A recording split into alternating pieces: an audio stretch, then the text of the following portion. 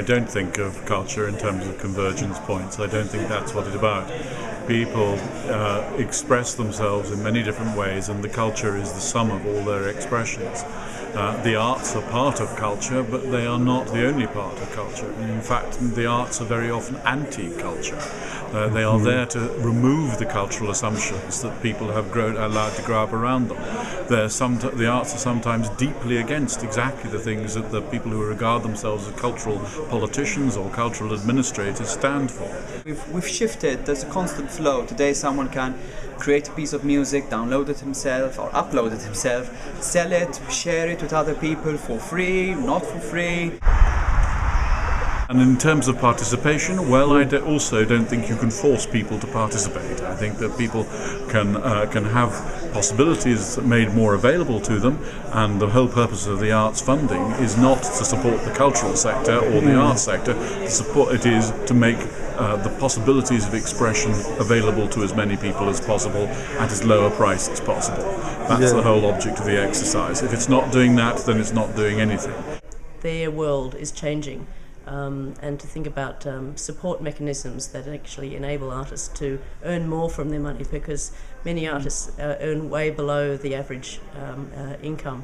And so we collectively, I think, need to find more responsible ways, more effective ways to actually enhance the income of artists through whatever economic means we can do so.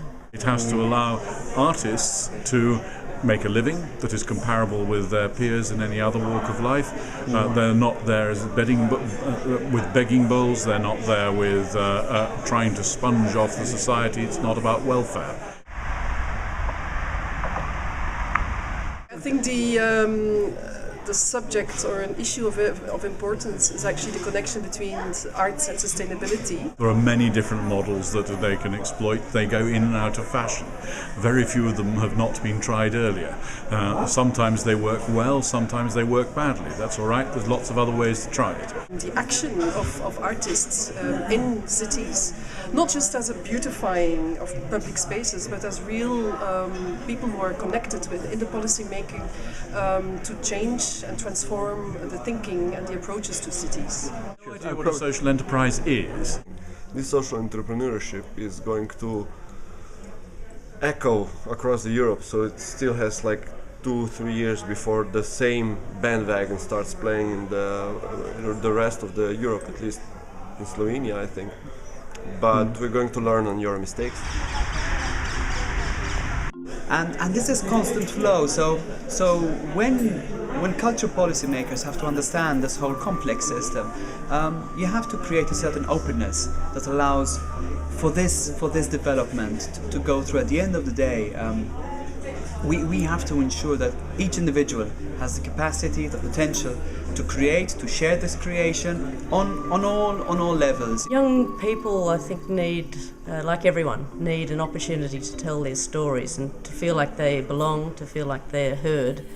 And it's very often through their artistic expression that they can tell those stories.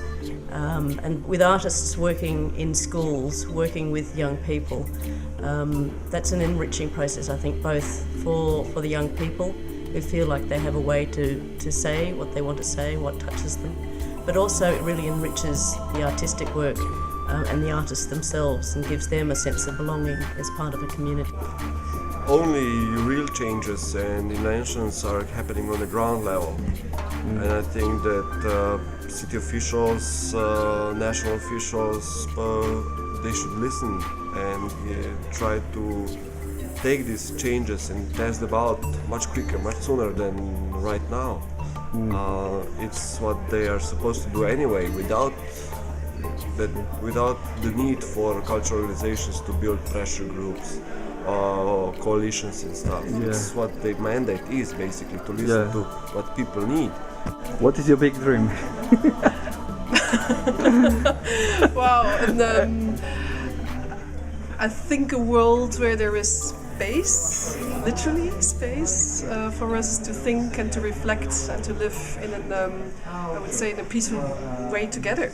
People working on the ground are full of ideas and the need to tell them. They just don't have the time to organize themselves, go to the all levels and demand some changes. It's Yes. what the governance and governments should do them by themselves.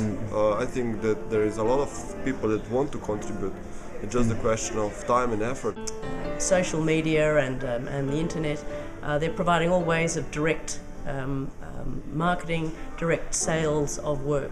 And I think that's the big challenge for the future, is how government agencies can actually engage with that process. And for the traditional cultural industries, the music industry, the publishing industry, the way that their world is changing.